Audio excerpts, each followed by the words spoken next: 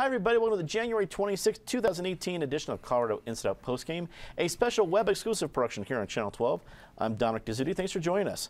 Let's get a quick take on Denver Public Schools announcing this week that it will expand its pilot enrollment program to give more low-income students access to high-performing schools and increase diversity. According to DPS, the effort started 2 years ago and will be revamped in the fall of this year. Patty Calhoun from Westward. I think it's great that DPS is in a situation where some of its own schools are the ones that people want to get to, and now it's just a matter of maybe getting some more opportunity for the students. How do you think this program is going to work?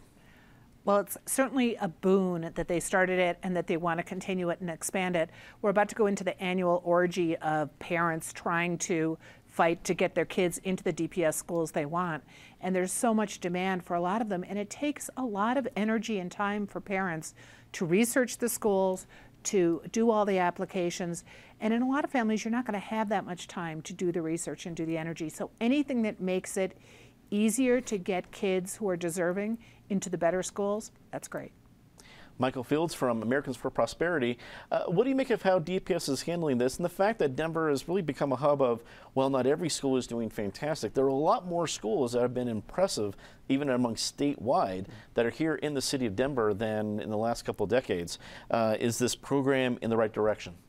Well, yeah, you're right. That DPS has made gains in the last few years, and so it's a good thing that parents want to send their kids to some of these schools. And I think diversity is a good thing, whether that's racial diversity, whether that's economic diversity. It's an optional program, and so we'll see how many schools pick up on it. But they said that it worked pretty well at East High School in the past, and so I think you can't fix the gentrification or segregation problem just through schools alone. I mean, it's a neighborhood problem, but at least they're talking about it. But I think the focus still should be outcomes for kids, that every kid gets a quality education, that all these schools get better, not just trying to shuffle kids into the well-performing ones. Penfield Tate, attorney at QTAC Rock, also longtime state lawmaker. Education in Colorado and really in Denver is consistently a headline, and how to handle it is, if there was just one answer, we would have solved it decades ago. What do you think of where we're at now in this particular program and what it's trying to address?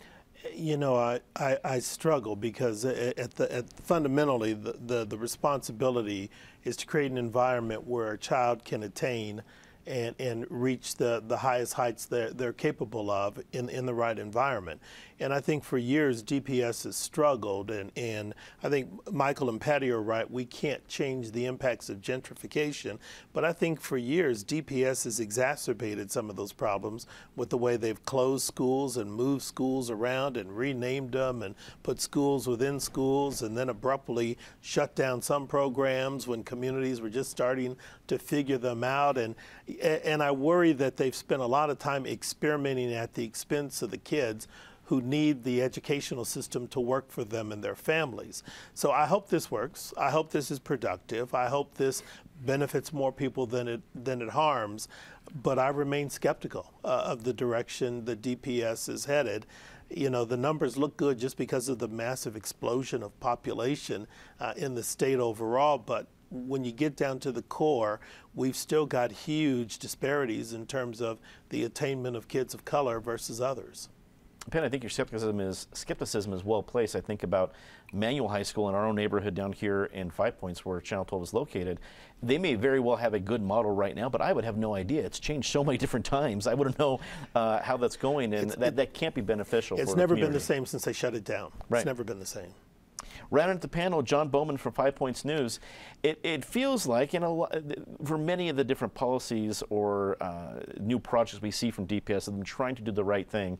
Is this the right direction with where the district is right now? Well, you know, you've had parents had to sue to get their kids into the IB program over at George. It even prompted them to start IB programs at other schools. But the problem really that I see is that this has gone on. We've had this discussion around this table. I only come in a few times a year, but we've had this discussion over and over for years. And the bottom line is DPS doesn't hire enough teachers of color. You've got a population in the school population that's 72% of color, but the teachers are 22% of color. And they've even tried to go to traditionally black, historically black colleges and get kids to come, graduates to come and be teachers here. But what happens in DPS is north of Colfax, south of Colfax. When you're a first-year teacher, you get put north of Colfax. Once you get your 4-year tenure or 2-year tenure or whatever it is, you move south of Colfax. And so the cycle starts over and over. And so the kids north of Colfax, traditionally black and Hispanic, they get new teachers every year that they don't know, that they don't have any trust with. And so I think that's a problem that really needs to be tackled before all these other programs get implemented. Interesting, the John Bowman Colfax line of demarcation. It's an interesting theory. That's all the time we have for CIO Postgame this week. Leave us a comment, tell us what you think. For everyone here at CPT12.org, I'm Dominic Gazzuti. Thanks for watching.